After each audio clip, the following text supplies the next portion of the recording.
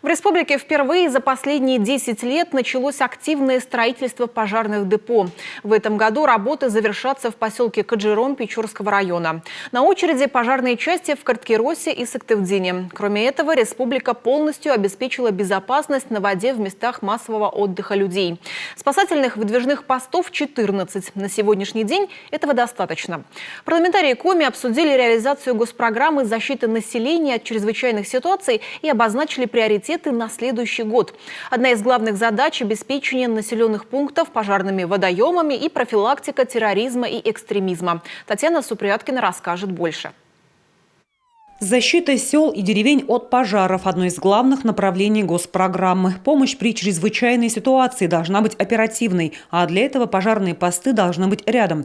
Борьба с огнем в республике выходит на новый уровень. В последние 10 лет в Коми не строили новое пожарное депо, а в этом году откроют часть в поселке Каджиром Печорского района, в следующем еще 2 пункта. После на очереди «Север». До 2025 года построят пожарное депо в поселках Петрунь и Абис-Интинского района. С 2014 года у нас в республике не строилась ни одна новая пожарная часть, соответственно, не пожарный пост, то есть не было такой возможности.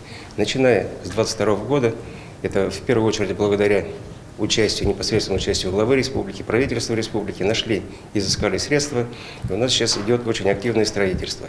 В этом году мы сдаем пожарную часть в поселке Каджиром на 3 машинные места. Кроме того, у нас идет подготовка к строительству. В 2024 году начинается строительство пожарного поста в поселке Подтепок Карткировского района на 2 машинные места. И, соответственно, строительство пожарного депо также в поселке Иб.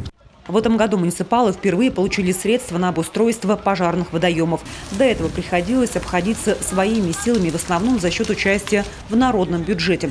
Но этих средств было недостаточно, а именно добровольные дружины, которые как раз и пользуются пожарными водоемами, первыми приходят на помощь.